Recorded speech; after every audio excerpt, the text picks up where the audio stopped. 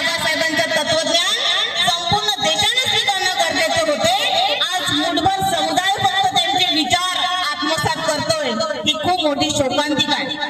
आणि म्हणून बहुजनांमध्ये येणाऱ्या सर्व ओबीसी, एससी, एनटी, बीजे जेवढेही समुदाय बहुजनामध्ये येतो त्या सगळ्यांसाठी बाबासाहेबांनी काम केलं।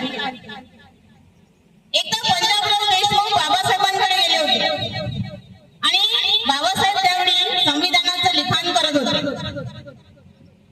पंजाबराव देशमुख पोहोचताच बाबासाहेब म्हणतात की पंजाबराव, अच्छा तुम्ही आलेत, बसा, मी थोडंसं फिरून येतो, तोपर्यंत मी हे जे लिहिलंय ना ते तुम्ही वाचून काढा।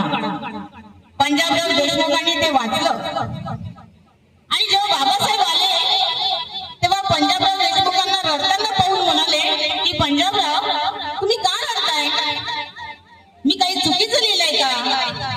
तेव्हा पंजाबराव देशमुख म्हणतात की बाबासाहेब, मी जी गोष्ट ऍक्च्युली तुम्हाला सांगायला आलो होतो की तुम्ही सांगण्याआधीच या संविधानामध्ये त्याची नोंद केली आणि ते बघून मला रडायला आलं।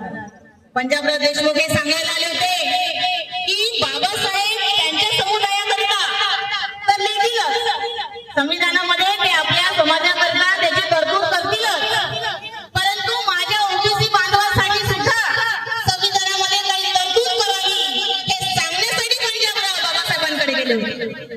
आणि बघा, त्या महामानवांनी 340 कलम पहिले ओबीसीसाठी लिहिली, त्यानंतर 341 कलम एसटी साठी लिहिली आणि 342 कलम ही एसटी साठी लिहिली।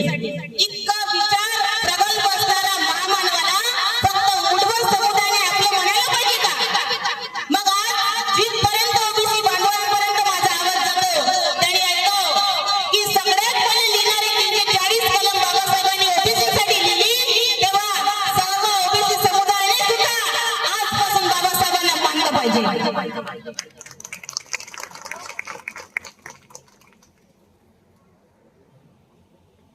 बाबासाहेबांचे कार्य अतिशय महान होते। त्यांच्या कार्याबद्दल मी ते सांगायला गेले तर कदाचित दिवस पुरा पडेल। काही व्याख्या त्यांच्या